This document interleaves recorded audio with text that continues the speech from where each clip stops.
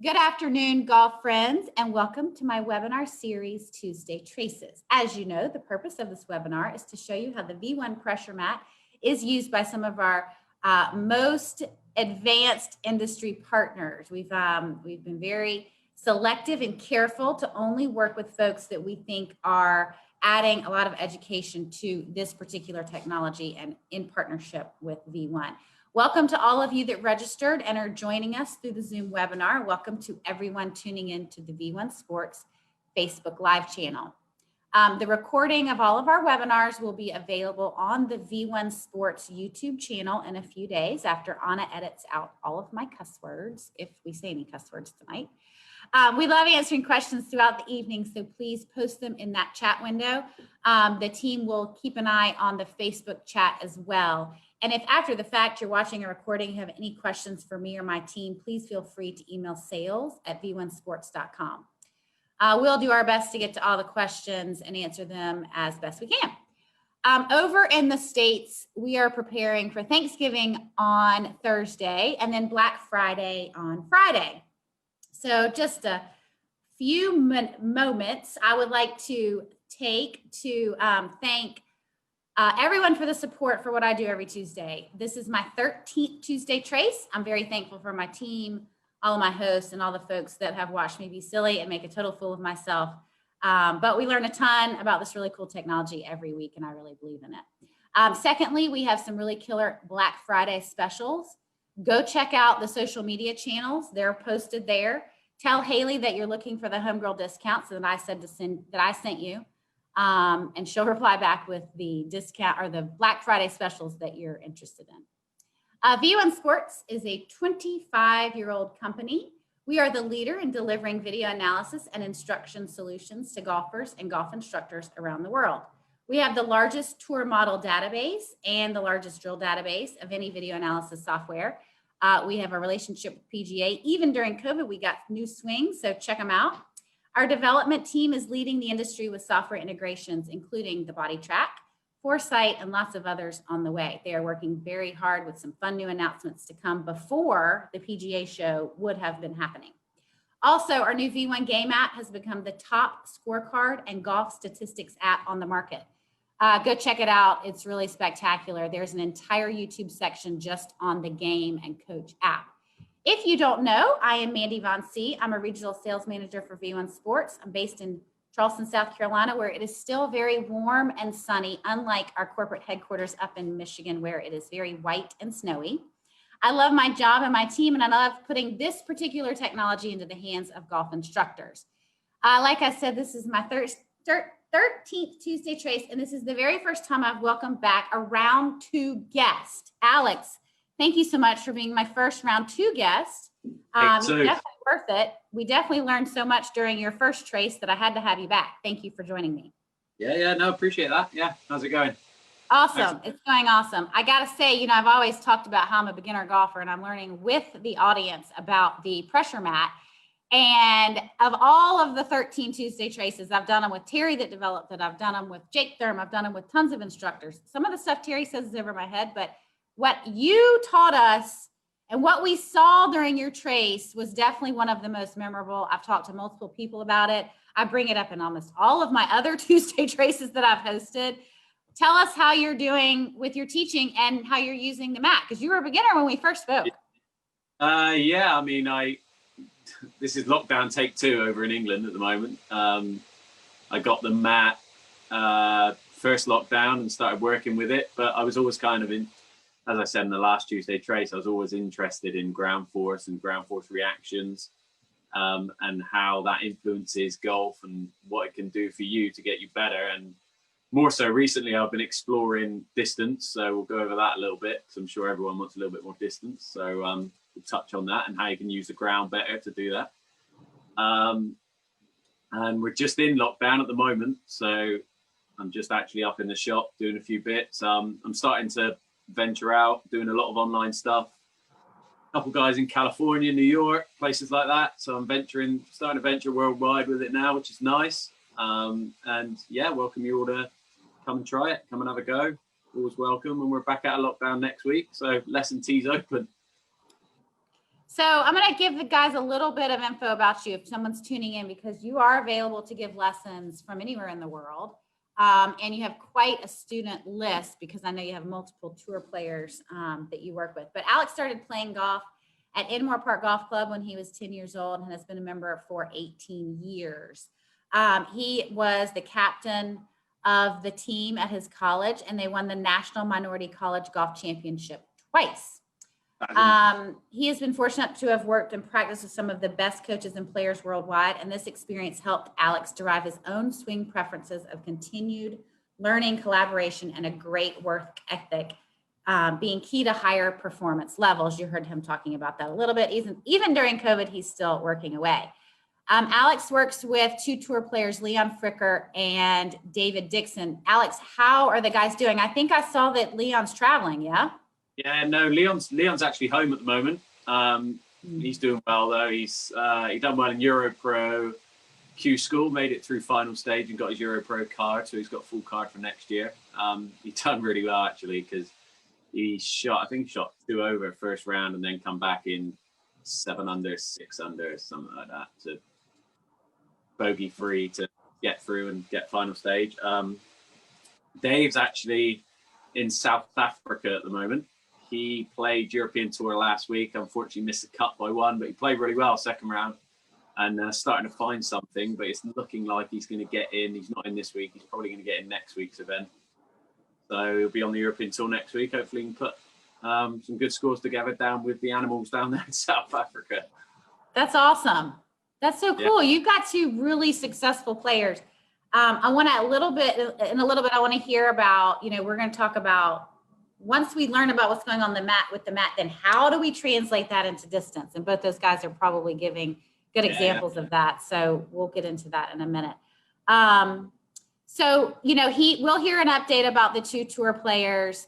Thank you everyone for joining us an hour later. We kind of joked that Alex's magic pressure mat carpet ride was a little bumpy and we had to work on our schedules, but it is 5 hours later for Alex. So thanks for accommodating. Alex, where do you want to start? I'd really like to focus. I want to recircle back on that Leon Fricker trace. Is that okay?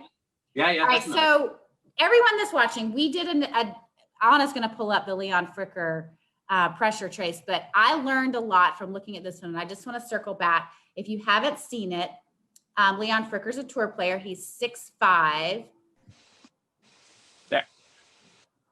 There it is. See it? Yes. Such a crazy trace. Yeah. So what Mandy was saying about a crazy trace, it is quite crazy, but it's something that if you can do it well and you can do it consistently, which is very hard to do, to be honest, it's huge for power rating. It's usually what all the long drivers use, because you'll see that the swing balance is quite difficult, but what you'll see with Leon that he does really well. Okay, drawing arrows here. Let's zoom in. If you watch his lead foot specifically, when he gets to impact, his foot completely leaves the floor. There, he's almost floating in air, which is why you'll see his center of pressure go way to his back foot, because his actual lead foot is not even on the ground at this point. So people will look at that and think, oh, I'm backing up loads in my driver, but you're not backing up. Your lead foot's just coming off the ground. So there's only one place that your pressure is going to be, and that's in your trail side, because that's the only thing that's attached to the ground. So as well, if you compare that to Leon's driver after the step drill, okay, it's the same type of thing. Look, you'll see him get to the top, and because he's pushing so hard into the ground with his lead foot, which I'll show you in a minute, he's producing a lot more of horizontal torque, which is meaning that left foot actually comes off the ground and jumps left. Now that little jump left with his foot is huge power move. Okay, you can see how he's laid the club down. I like to see them lay the club down, get a lot shallower like Leon is here. Okay, but because he's pressed so hard into that lead foot, and I'll get into that in a minute. That's more talking about horizontal torques and forces that we can get into. You can see his foot completely leaves the floor for a good, I don't know, split. And hey, Alex, is that what Bryson's doing? That his left foot like twists out? Is that the same sort of deal? Bryson does, yeah. But he's just, the stuff that Bryson's doing with Como is unbelievable what he's doing at the moment. Whenever I see people say Bryson's ruining the game and he's doing everything like that, he's not doing anything against the rules. He's doing all that he can to get everything he can out of the game inside the rules. And he's willing to put in more effort than anyone else to completely change his body to make sure he's been able to do it. Yeah. So for anyone that says he's changing the game, for me, he's changing it for the good. He's not doing anything bad. Well, and it's his own physical strength. I mean, yeah, you know, physically, right? But it's fascinating to see that because you never really notice that left foot tweaking out until you see that trace that you just show of Leon. So one other thing that you can see, okay, when you watch it is, there's a few things that are great for power, and we'll have a look at the dynamic vertical force trace here that will help kind of show it a bit better. So from P1 to P2, now P1 is set up and P2 is when the club gets parallel to the ground around here. You should see quite a quick acceleration of maxing out your pressure to your trail side to about P3.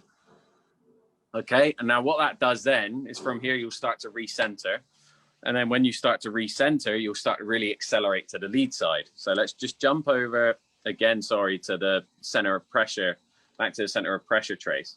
So before Leon gets to kind of P2, okay, he's already pushed hard from the left to the right hand side, from his lead to his trail. So at address, he's 60% in his lead side, and he pushes off before he even literally takes the club away. You can see he's pushed off immensely into his trail side.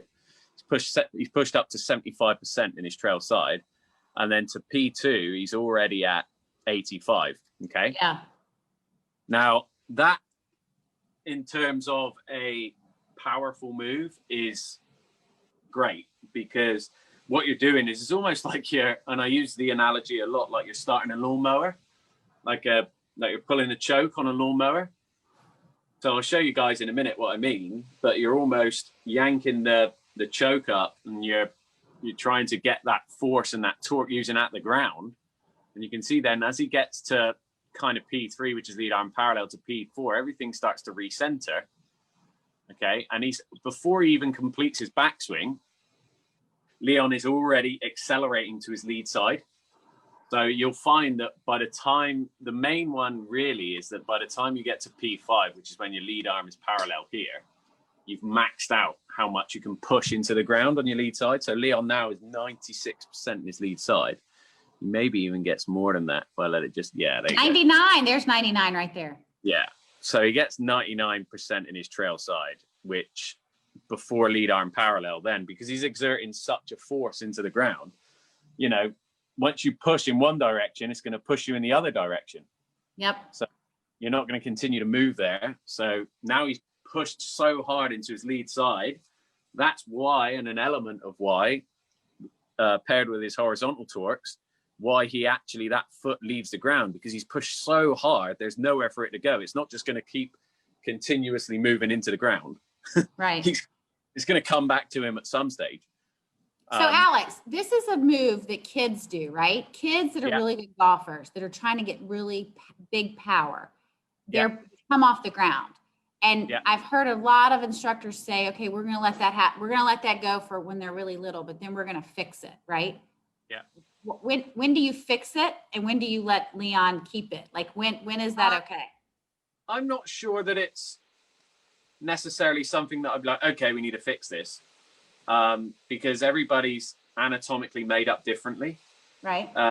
All it means is that there's just a little bit more time. To me, it just means there's a little bit more timing involved with Leon's swing. But the things that he does well far outweigh trying to change this. If we change this, he'll sacrifice too much distance, and he will have to move kind of a lot what he does with his pattern in order to fix where his trace moves.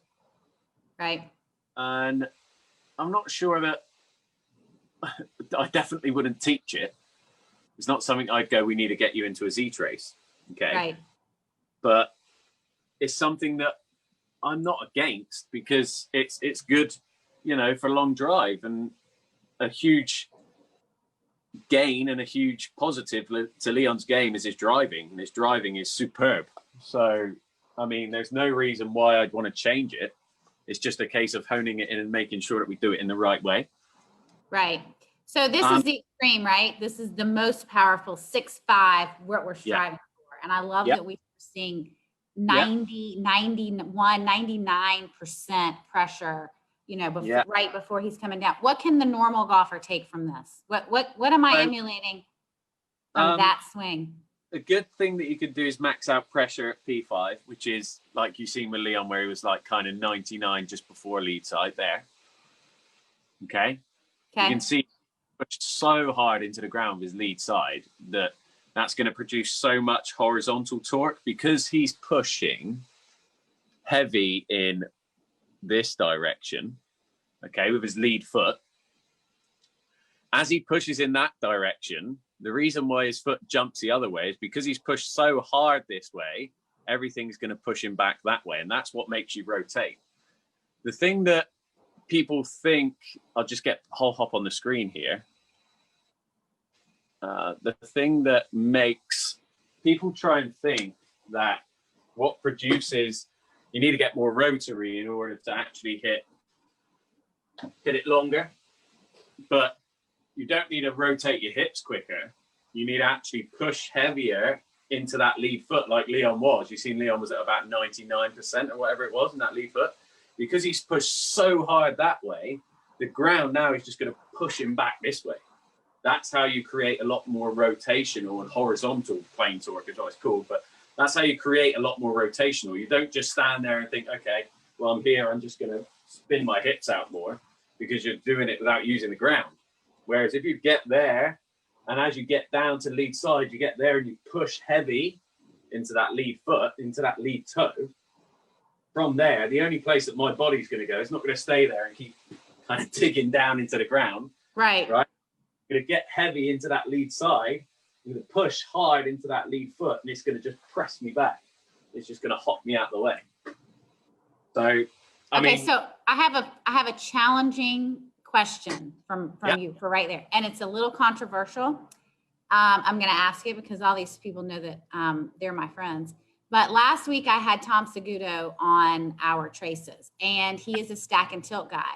Tom Segudo is one of the most successful golf instructors that we work with. Okay. He's also goofy and a good friend of mine, and I adore him, but he is absolutely a stack and tilt guy. So he was telling us a little bit different than what you just said.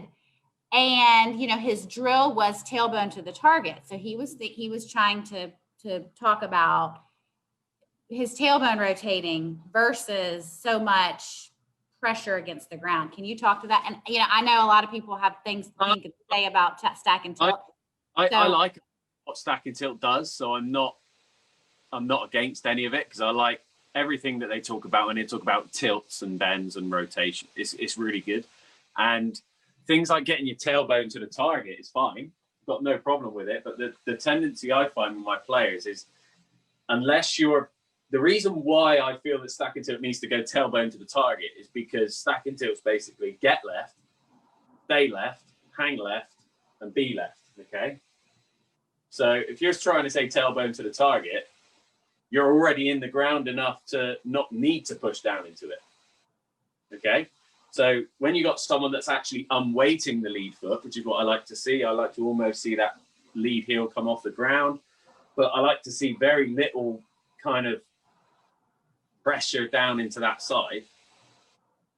I like to see it more centered. I like to see a push off with driver, but with iron it's centered. But I don't like to see it excessively in the lead side. And the reason is because I find that you get quite stuck and you have to get quite under it, and then you kind of dump it under the plane and do that, which is, you know, everyone's got their own thoughts and techniques and everything like that. But I believe that once you unweight the lead foot, the key is to then get back into the lead foot, because you've got to get out the lead foot in order to get back into it. You're not going to be in it, stay in it, get more in it. I like to get out of it and then get back in it hard, and then it's going to push you out the way. So, I mean, I'm not tailbone to target great, but I just find it's a different concept because I'm weighting the lead foot and he's keeping pressure in the lead foot. Yeah, I kind of agree with that because I get that lawnmower pull makes sense to me. How you contribute that weight. That's the move off the ball where you got the chokey on the lawnmower. You're doing this move. You're not just pulling it and going like that, that's not stacking. Stacking tilt's there and you're doing that. Okay. Right. But I like to be you start kind of lead side, like 55, 60 lead side, like you see a lot. Okay. And you get somewhere in your backswing. You can see now I'm increasing the amount of rotations. I'm increasing the amount of pushing hard into that trail side, getting hard to about P3 to here, maxing out before I then recenter and get really left. Yeah, I like that mind visual, the lawnmower. Yeah. I can see power there. I can almost see it in your body when you do that. I like that. Yeah. Cool. Should we look at some of your other videos that you sent? Yeah, I just got some other videos. Some of my students that I teach, they're, I don't know if I sent a couple pros and a couple amateurs. So yeah, let's take a look. Okay, cool. Thanks for taking that question about sack and tilt. You know, Tom teaches a lot of older people and they're having some success there. So a good way to think about horizontals, okay? And I seen this the other day when I was watching something. Talking about when you're trying to get your hips open, okay? You don't just, the key is not to just try and spin your hips to get them to move quicker to enhance speed. Like I said, you should try and push into that lead foot. And the reason being, a great way to feel it is while you're in a swivel chair, okay? When you're trying to move your hip that way, which is opening your hip up, yeah? You're not just going to drag your foot that way to get there. No? See what I mean? Yeah. You're not just going to drag your foot in that direction in order to open that up. You're not going to drag to open up, okay? You're going to push heavy into the foot, and then if you push off, then you can rotate. Does that make sense?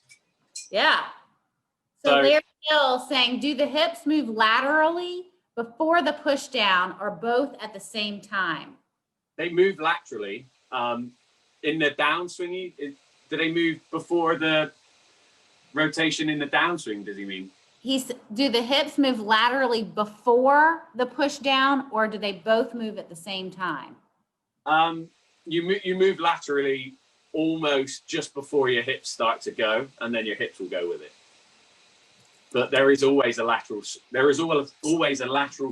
There's just not a slide. I don't want to see a slide. I want to see more of a down into that lead side, and then we're up into your side. So yeah. Not a lateral movement, but a rotation. Correct. Is that right? But yeah. Like I said, if you get just sit in a swivel chair and just literally push your foot into the ground, your left foot, your hips back. Your hips wanting to move back behind you. Whereas if you were to just try and open your hips up, which is inevitably trying to just drag it backwards, you're just doing this. You're not using any of it. Yep, he says correct. It was worded a little wacky. I probably didn't communicate it correctly either. Okay, so is this the video you want to see? No, that was just me. I mean, I'm not sure. You can see in this one, if you play that one through a little bit, to be fair, you'll see I've worked a lot on power just for my students. You can see just that first move. You just rewind it back a little bit, please. You can see, keep going. So from address, you watch the push off that I have from lead to trail side. So if you go just a little bit further back, you'll see there. What's the pressures at there? You can't really see the 72.26. Yeah, so now if you watch now take it back to that P2 position where the club's parallel. Keep going. Stop there. Right, where's the pressures at now? Woo! So I've pushed that was one that I took literally earlier today that just shows a massive speed character and a speed factor.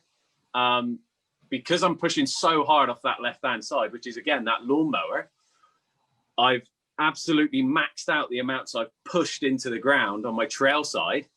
Okay, so now it's the task to recenter, which is what I do. And then from recentering, I start to leak back to my lead side and press hard lead side. I've not quite got the Z trace that Leon's got. Well, I was about to say, I want to take a screen capture of this trace and Leon's trace, because you both have 91%, but you have a linear trace and he has that crazy Z trace. You think anyone would be able to know that it was yours versus Leon's? Probably just a little bit. That's funny. Okay, sorry, I interrupted. Sorry. No, good. So if you just play it back now to that, just play it through a little bit more, please, for me. I'll tell you when. Keep going, keep going, keep going, keep going, keep going. Right, from here now, I've already started to leak back, and there, I've pressed hard lead side. I don't quite press. Keep going a little bit further. A little bit more. There. I've not quite pressed. Go back just a touch. Till my, yeah, about there. Okay, so what's the pressures out there? So 76, I think, 20, 78 maybe. And that, when I started swinging earlier, was at like 50 by this point. I wasn't pushing enough into my lead side. Okay, so what'd you do, Alex? What is the drill you did to get there? One of my favorites, the step drill. Okay. I was just really trying to exaggerate. Do you want to chuck me on the screen, Anna? Yeah, I want to know, my question for the second half of this webinar is, how do we get there? How do I generate more distance and more power? Show us. Right. Jim Toronto and I are paying very close attention. So the first one, the push off to the trail side, is that lawnmower. Okay, simple. Okay, so just try and feel from this position. Let me chuck. I'll get me up on here on the iPad, so that I can get my trace up just to show you.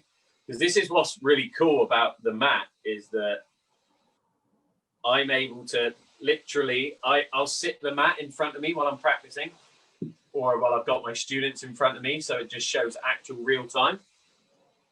Okay, so there I am, and at the moment I'm 55 lead side. Okay, so if I feel like I get that lawnmower started, I've gone to there already, and I'm 80, and I've not moved. It's not a case of going like this and moving off the ball. Right. Okay, I'm relatively centered with my mass. That's the difference between mass and pressure, is that your mass is your body, whereas your pressure is how you're interacting with the ground. Okay, so I'm here, I'm 55 lead side, and I'm not moving my mass a lot. It's moving about my hips moving about 2 inches away from the target, and I'm moving off the ball there. Okay, so then from there I'll recenter, and then I'll get lead side.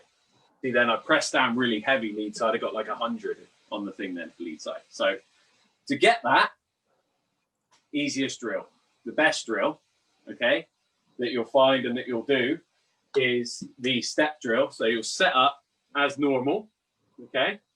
You get your set up, you wait for the mat to recenter you. Drag your left foot back to your right foot. And as you take the club away, you lift your left foot and you stomp it in the ground hard, okay? So simple. So just literally you take the club away, stomp hard. I mean, is anyone else nervous that Alex is about to hit that iPad? I know no one else can talk to me, but oh my goodness. If when I come to take a lesson with you, we're going to need to get that sucker on a little stand, because I'm not going to want to replace that. So that's literally the key to it. Okay, I'll film this one and you'll be able to see, once this recenters me here, you'll be able to see. I'll start the recording and then I'll show you guys the recording. Okay, so I'll start, take it back to my trail side, and I'll go there, and I'll step. Okay, now take this one here. Right, so trim this one down. is a drill you can, I mean, even if you didn't have a mat, Exactly. you really can go and do the step drill, trying to get, really thinking the thought is as much weight on that left foot there. So through the ball as possible. So I'm only maxing out, what was it, 77 just now with driver. Yeah. So that was a 7-iron. Okay. And if you have a look at the trace there, it's backwards. So apologies for that. But if you have a look at the trace, that's in my trail side now where I've just started the step drill. As I've stepped, Woo! now 97 lead side. Okay. 97. Nice. So if you do literally a couple of those, feeling like you get your pressures and you get heavily into that lead side, press heavy there and it pushes you back. And you get that jump move, which I'm not really that good at. I'm not as good as Leon. I can't really control it as much as Leon. That's why I'm a coach and I'm not a player. But the more you do that and the more you get into the ground without swaying that way and moving your pressure hard into that lead side, that's how you generate a lot more speed. Okay? More speed, more distance. Yeah, 100%. So that one then was, I can ramp 7-iron up when I want to like 113 plus, like club speed, and that's like nearly tour average for a driver type of thing. So it's just speed application for me is something that I've got into a lot recently, but it's something that a lot of people can learn easy enough, and a lot things simple as setup, posture, stance width. You need to get the right stance width for what's going to give you the right amount of stance width to be able to generate a full turn. Okay, if you've not got a wide enough stance to be able to turn as much as what I want you to, then I'll tell you to get wider. Okay, and other factors that can influence that, you've got length of club. If you've got a club that's too short for you, okay, so say if I've got a small club here somewhere, over here. So with this small club, right, little juniors club, right, in order to hit that and use the ground effectively, I'm going to have to feel like I get this wide, right, in order to hit it properly. Right. Club is too short. And that's then going into the importance of having the right clubs for you. If you've got clubs that are 2 inches too short, I'm going to get you to get your stance wider to get your hands lower, and then we can go. So if my clubs are the right length, yeah, and I'm working on my stance, is that step drill? Should I have the thought if I'm on my mat to get a little wider to get more power? Not necessarily, but it would help because you got a wider base in order to generate a bigger turn. Whereas if you're narrow like this, you're not going to be able to generate as much turn. Nowhere near as much as what you are if you get there. So as a drill with my mat, because can I check stance? I mean, can you test? Yeah. Can I test like, okay, I'm a little too narrow here, or I'm only able to get this much weight. I'll tell you the main baseline that I use for stance width, and you're going to love this. This is great, right? So if you just take, because everyone says shoulder width apart, but I'm not really an advocate of that because you get some people that have got these wide shoulders and you get some people that have tiny shoulders, okay? So your legs are connected to your hips, okay? So if you just walk and you take a couple strides, okay? As I'm mid-stride, I'll stop, okay? Right? I'll pivot round on my heels. That's my perfect stance width. Yep. I think you set me up with that. Okay. So then 2 things I'm hearing you say. As much weight in the left foot during the when we're making contact with the ball, we can do that through the step drill, and then to make sure our stance is proper. What else can we do to get more power and more? We need to turn efficiently in the backswing, so we don't need to just lift, okay? And the way to do that is to show that we're making sure we load our right hip correctly. And in order to load the right hip correctly, that's when you get the tennis ball out, half cut tennis ball, or as I've started to do recently, I've been in contact with guys at Force Pedal, and they're very good at, it's basically the half cut tennis ball, but it helps you push off and push back more. Nice. So that type of thing that I'm going to get into is great. I've got some speed sticks over there. They're great. But in order of just using the mat, things like getting a golf ball, putting it under your trail side toe, okay? This is when you're working on horizontals, you want it under your heel, okay? And the reason why you want it under your heel is because you want it under your trail heel and your lead toe, because then as you push back with this foot, your hip's going to want to go that way, okay? Same way as when you push forward that way, your hip's going to want to go that way, okay? So it's not a case of them spinning out. So then that's that again, to improve horizontal torques and improve how much you're rotating your hips on the way through. Get a ball under your trail foot and get a ball under your lead toes, okay? And feel like you push down hard from there, from the top. And as soon as you push down hard, now I'm feeling like I've pushed heavy there and I've pushed heavy back there. It's making my right hip want to go that way and my left hip want to go that way. So then that's making me just want to go bang and open up. So what a weird feeling. Really, really weird. But that's how you can improve and increase your horizontal torques. Okay, that's how you improve getting open more. You don't just go, oh, well, today I'm just going to get more open, because you're not using the ground to do it. That's when you spin out, you come over the top and you chop across it. Okay. So that's another good one. What about that? Yeah, the tennis. What about that tennis? Just the tennis ball under the toes. Yeah. That's the other one.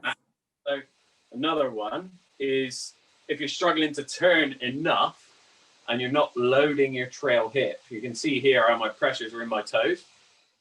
Okay, because I've almost given it a kick dance leg, whatever you want to call it. You know, a little funky. From there, because I've not loaded efficiently into my trail hip, okay, my path's going to come over the top.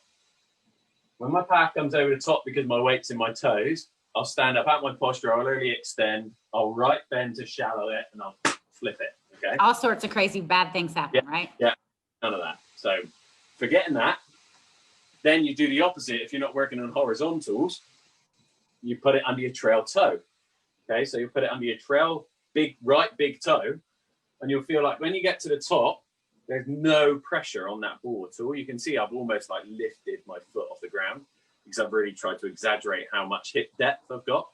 And now the more hip depth you've got, the bigger turn you've got. The bigger turn you've got, the more chance you've got of shallowing the club out and then rotating free. But all evidence in the best tour pros and usually the best players and the best ball strikers, they load that trail hip at some stage during the swing. Yeah.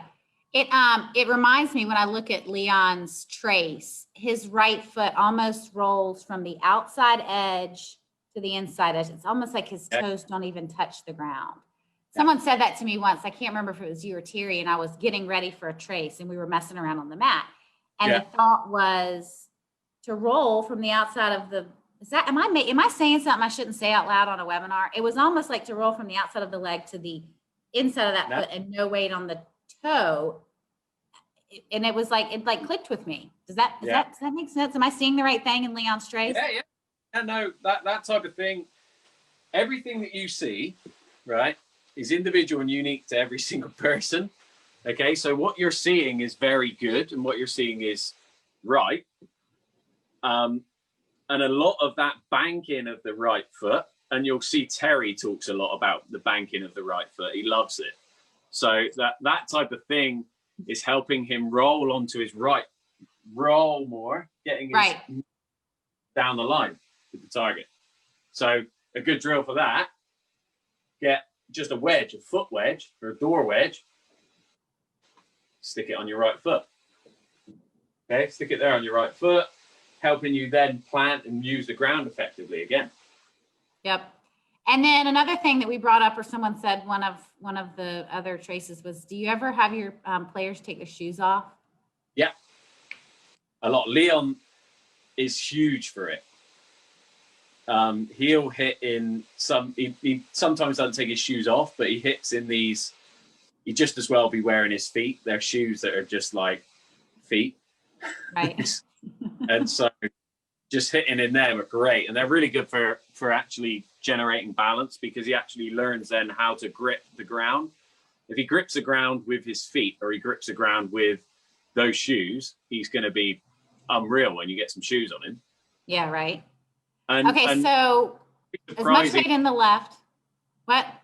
I was just saying, it's surprising how much of an effect amateurs don't necessarily know how much a good quality golf shoe plays with your golf swing. Because if you've just got a pair of DAPs on and you're going to hit a golf shot, you're going to slide everywhere. A pair of dancing shoes. But then if you've got a pair of spikes on, that's why you still see a lot of the tour pros use metal spikes. There are local courses, because they can use the ground more. And by the way, you can absolutely stand on the pressure mat with spikes or any kind of golf shoes, just side note. Okay, so in order to get power, get distance, we want weight in our left foot. We want to rotate effectively and efficiently. Yeah. What else? What about workout drills, fitness drills? What else? What else are you telling your guys, your high level players? One of the guys that I sent a trace to, Anna, he's a PT, and he was struggling. He wasn't extending his spine in the backswing. Now there's kind of a couple of things in the backswing that you need to do. Hang on, let's have her pull it up. That will get you loaded effectively in the backswing. Okay. So if you go through it, I'll have a look. No, not that one. No, keep going. Keep going. No. That's it. Okay. So this guy struggled to extend his spine correctly in the backswing. Now, if you just, sorry, Anna, if you just flip back to me just 2 seconds, just so I can show you as in me live. Sorry. Yeah, right. So there's pieces to the backswing that people don't realize you need to do. There's a slight lateral movement, which is what I said. Okay, so you've got the lateral movement. You've got a rotational piece, which is this piece here. Or let's do it this way. Let's stand up straight. You've got an extension to your spine, which is that piece, which is your spine extending. Okay. You've got a rotational piece. Yeah. You've got your rotational piece, and then you've got your tilt. Okay. And you've got that little bit of the sway in there as well. You'll feel, if you do that correctly, you'll feel your right butt cheek absolutely on fire, because it'll be really loaded. Okay. Yeah. So you stand up straight, extend your spine, slight sway of your hips to the right. You're going to look so funny doing this. It's going to be great. Big rotation, and then bend down. There. You see how your right butt cheek's loaded fully now? Yes, it hurts. Yeah, exactly. That's the loading of the right. Okay. So the extension piece to that, which is that piece, okay, which is the piece that helps you recenter to the top. Okay. That piece was missing from his swing. He was just ending up doing this. That's what happens if you don't extend the spine. You'll just go this way. And if I go here and then I extend my spine, I get back. Okay. So he's missing that extension piece. And the funny part is, a really good move to do to train this and to train power in the golf swing is med ball slams. Okay. So you pick where you get a med ball and you pick it up right above your head and you slam it into the ground. You can see how my feet are going up and then slamming down into the ground. Okay. Watch what my back does when I do that, which is generating more power, extending my spine. Yep. Okay. As I'm extending my spine and slamming the ball down, okay, he wasn't extending his spine. Now, what that's doing is it's just meaning that he's going this way and he's not recentering and being able to actually get taller in the backswing as he extends, which means then he can get into the ground. Okay. Because he wasn't extending, he was staying the same height or getting shorter. So then there was nowhere to go. He wasn't going to go further into the ground. He was just going to go that way and stand up. So because then we got him taller in the backswing and then we got him pressing down into the ground and then extending at the correct time, he was able to hit it further. And I'll show you his trace. I can't wait to see it. This is the after trace after you corrected? Yeah, this was after, unfortunately. Is it Okay. No, we want to see the good stuff. So you can see how very neutral that is. And if you watch how he gets a touch taller as you go through it, just getting from there to the top.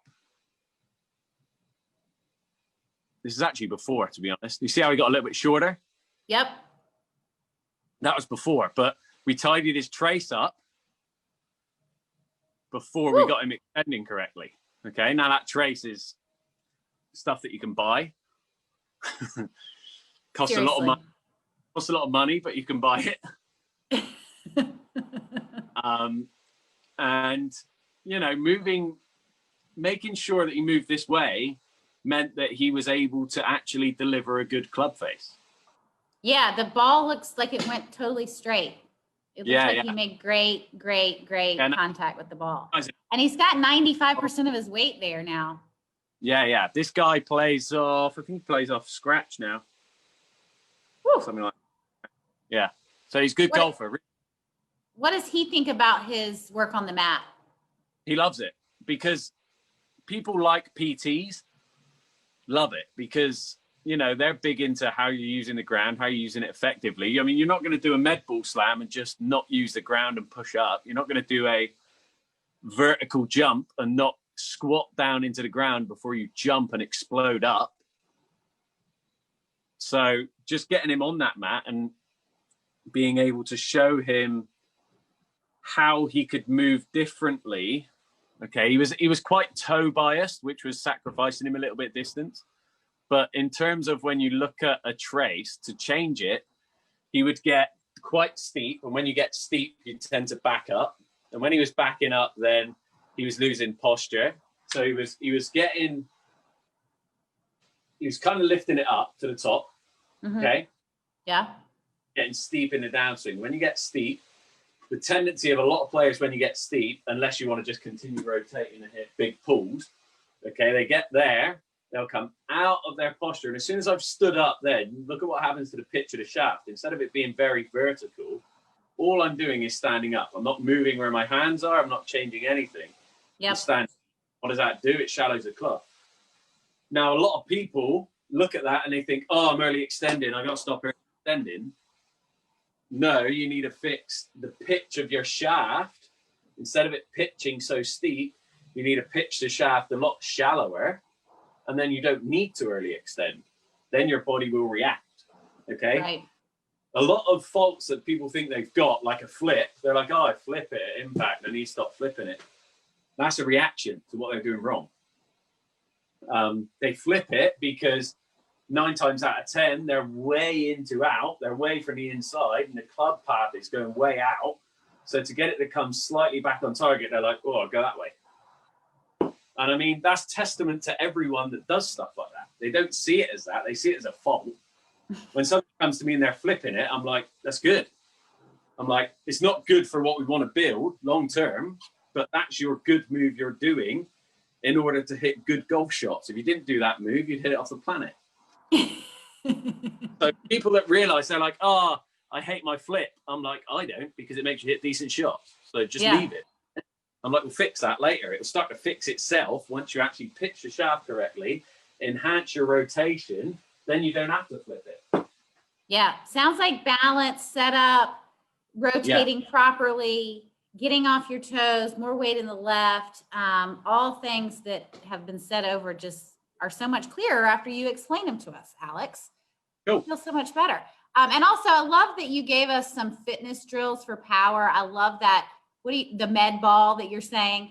Anything else? Any other exercises that we can? Vertical jumps, any side jumps, any skis, any skiing like this, any vertical jumps, any squat jumps, any med ball slams, any long standing broad jumps, any jumps where you actually get into the ground, you use the ground, are great. Really good for golf. I like it. Apart from lifting heavy weights and getting stronger, you can do these at home. You can go out in your back garden and you can go, right, I'm going to do 5 sets of big jumps like this, okay? I'm going to do 5 sets as far as I can. And then I'm going to do 5 squat and really leap up and jump out of the ground. You see how my arms extend up, and that's the same thing that I'm extending. I'm not going like this and going to get Yeah. those high. Really Yeah. get the weight down. So on that note, I am going to spend some of my holiday weekend making a silly fool of myself on the range, because I will be using Now my you're mat, take some readings, and then I'll do some big jumping around the range and have people think I've lost my mind, and then go take some after readings and see what happens. I challenge anyone There's to literally go to the range, don't do a warm up, and just hit 10 balls with a 7-iron, okay. right? And then do 10 squat jumps. Okay. Okay, and see if you can measure your speed or measure how much you're using the ground on the mat. All right, I'm gonna take that challenge, and I'm gonna prepare that for over the weekend. I'm gonna send them to you in the V1 app and have you take a look. Is that cool? Yeah, definitely. So everyone that's watching, you can, like I said, you can connect with Alex via the V1 app. You can also check out all of his social media channels.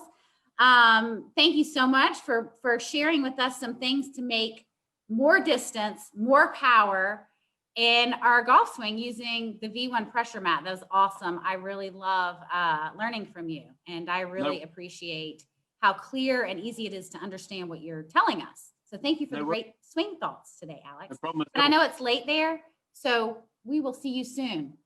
Yeah, perfect. Take care, everyone. Thanks, Alex. Have a great afternoon. Get to reach out, and I'll speak to you soon. Cheers. Bye.